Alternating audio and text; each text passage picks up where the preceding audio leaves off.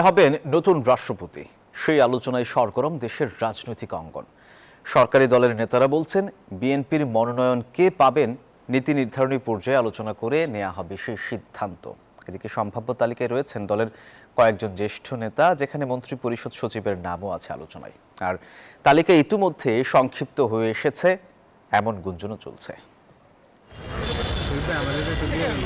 কার হাতে উঠছে বঙ্গভবনের চাবি, অর্থাৎ বাংলাদেশের 23তম রাষ্ট্রপতির দায়িত্ব যাচ্ছে কার ঘাড়ে? মোহাম্মদ শাহাবুদ্দিনের পদত্যাগের পর সবার নজর এখন এদিকেই।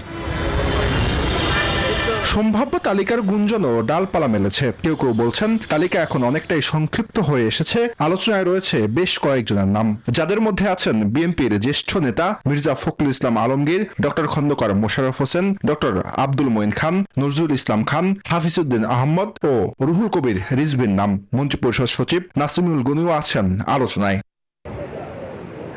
এখন চূড়ান্ত সিদ্ধান্তের অপেক্ষা। বিএনপি নেতারা বলছেন, কে পাবেন দলের মনোনয়ন তা ঠিক হবে নীতি নির্ধারণী পর্যায়ে। সংবিধান অনুযায়ী যে সমস্ত নিয়ম আছে সেগুলো মেনে দল যা সিদ্ধান্ত নেবে সেটাই হবে চূড়ান্ত। কে রাষ্ট্রপতি হবেন, যে ফোরাম, সে ফোরামের সিদ্ধান্ত, সেটা তো আমি এখনো জানতে পারিনি।